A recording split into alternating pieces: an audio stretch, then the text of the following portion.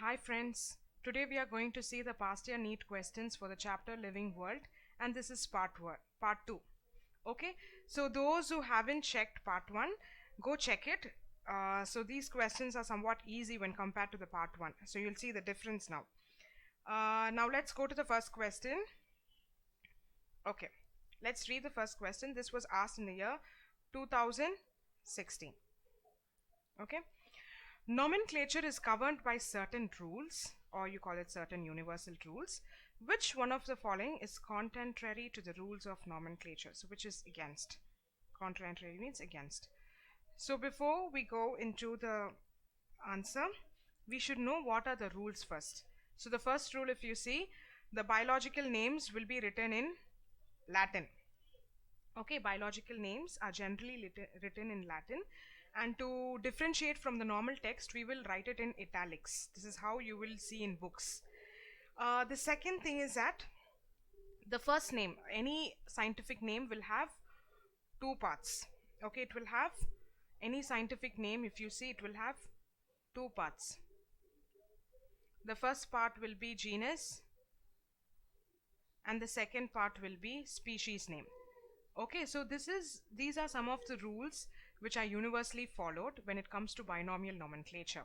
So here, if you look at the first option, biological names can be written in any language.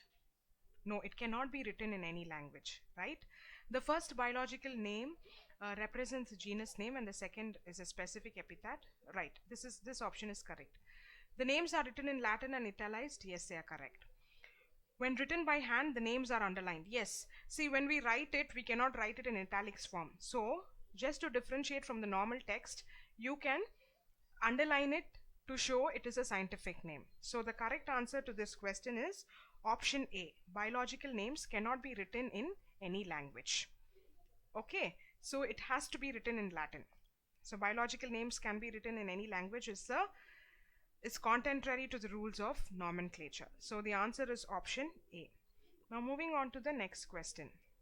This question was asked in the year 2013. Let's read it.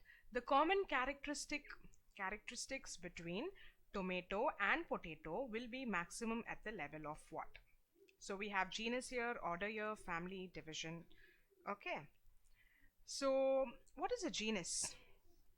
Genus comprises of related species. Order is one among the order. You can say it is one among the classification method. Genus, order, family, division, they are all among the classification. If you clearly see, when you see the table, when you see the diagram, you will understand. So if you see family, if you see it has a group of related genera. So here, if you see, the correct answer is option B. The common characteristics between tomato and potato. See, tomato and potato, they belong to the same family called Solanaceae, right? So here, if you see, the maximum common characteristic will be characterized only in the family. Otherwise, they show a lot of differentiation, right?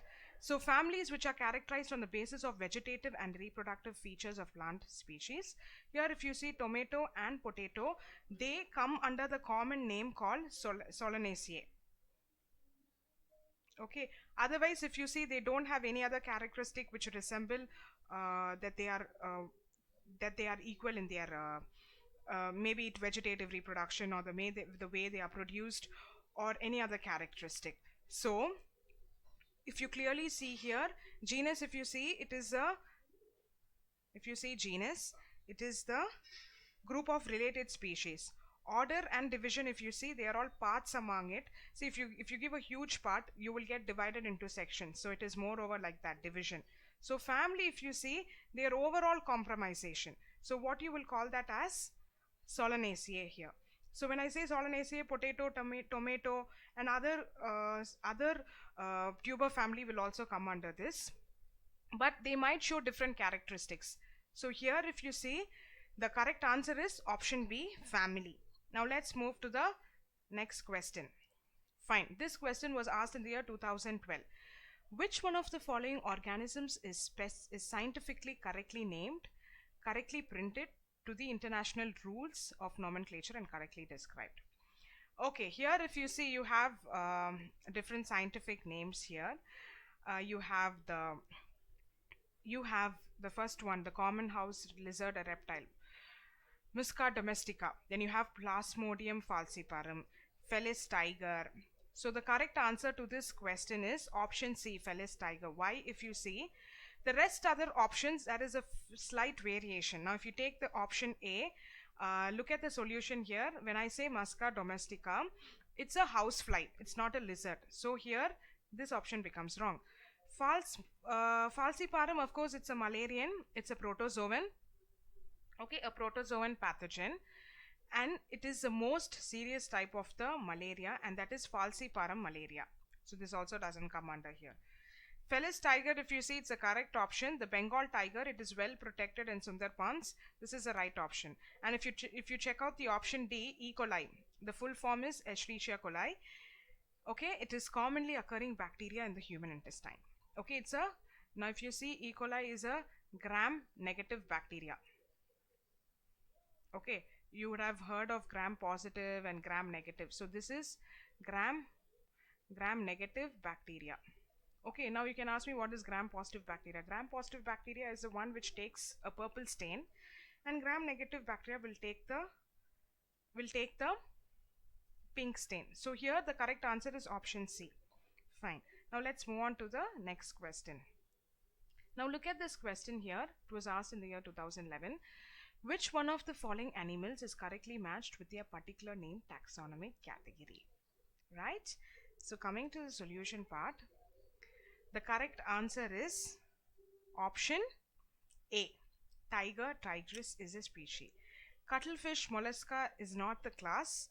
Humans, primata, it's a family, and housefly, musca is an order.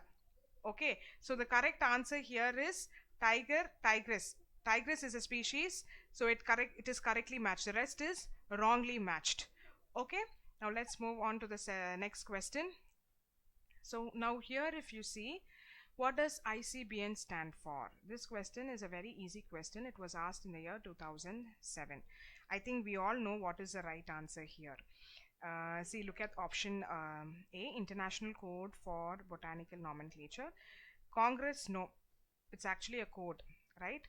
This is for Indian, no, wrong.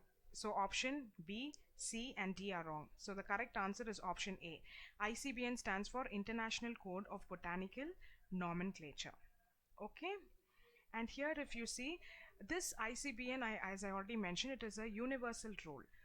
Nobody can change it, right? It is one of the code of nomenclature which is independent of zoological and bacteriological nomenclature.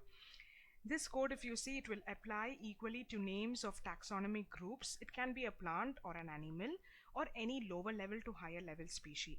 Anybody, if you see, any organism will follow this ICBN rule. Why? If you see, now for example, if I say dog, everybody will get a common image of dog in their mind. Nobody is going to get the image of cat. So this ICBN stands for universality. That is, everybody has a common idea of what an organism is this. So this applies to ICBN. Okay, so now the correct answer is option A, International Code of Botanical Nomenclature. Okay, now let's move on to the next question. Now look at this question. Phonetic classification is based on.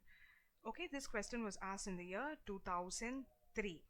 Okay, now you should know what is phonetics, right? You should know what is phonetics. Okay, phonetics is also known as taximetrics. Okay, phonetic, wait, one second. Okay, phonetics is also known as taximetrics. The other name is taximetrics. Okay, it is an attempt to classify organisms based on overall similarity.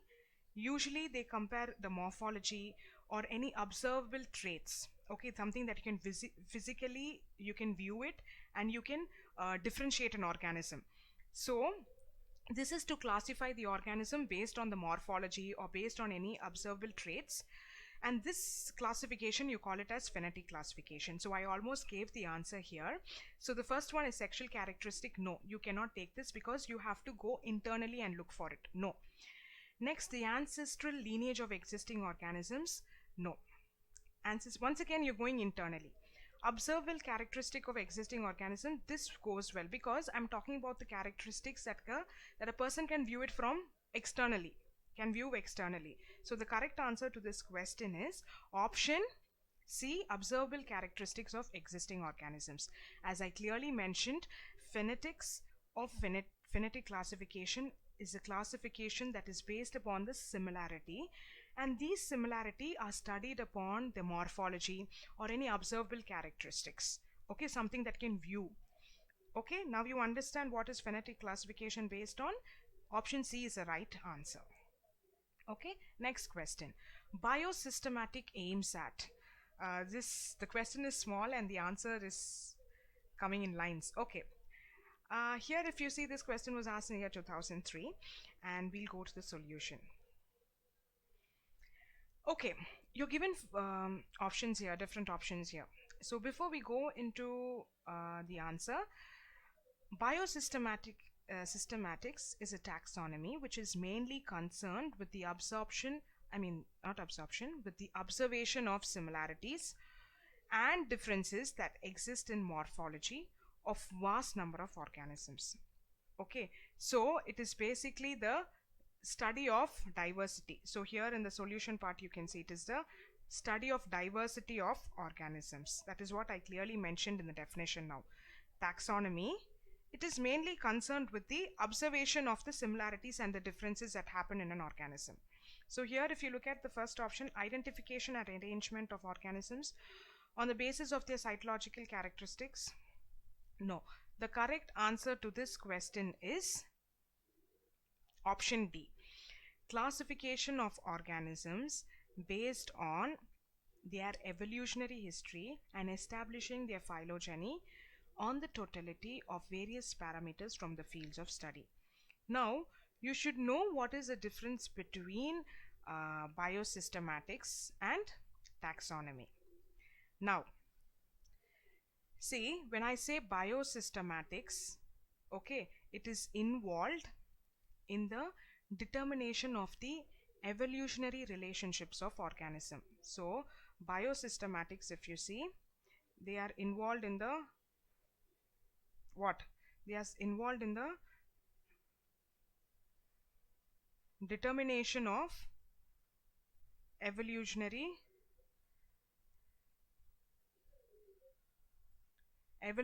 relationships.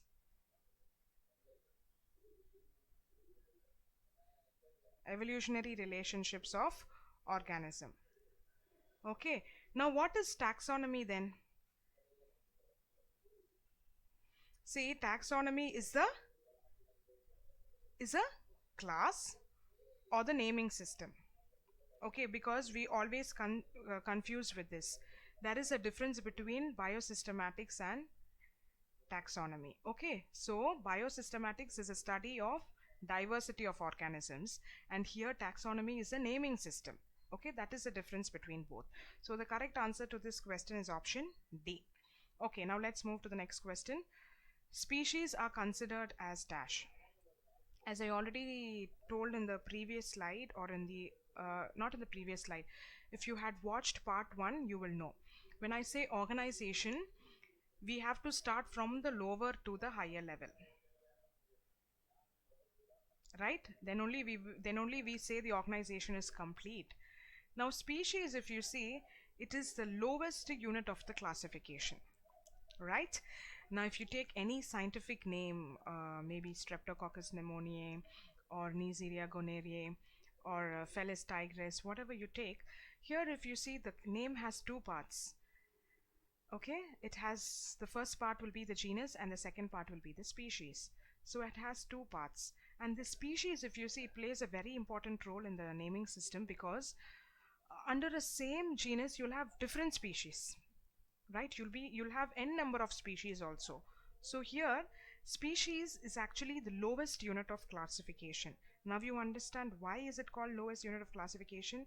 Though it is basic and lowest, but it has vast, it is really vast. Okay, the correct answer to this question is option C, lowest unit of classification.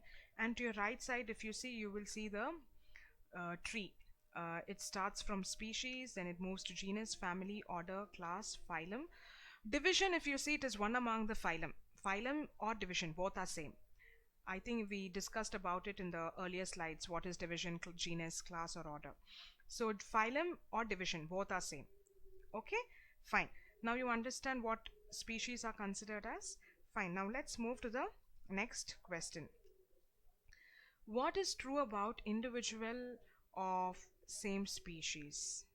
Okay. Here, if you see, coming to same species, if you see, they can dwell in anywhere. It is not that they same species should dwell in the same place. So same habitat is wrong, because if you see ant, it is not particularly confined to a space. You find ant everywhere. So same species live in same habitat, I will not accept.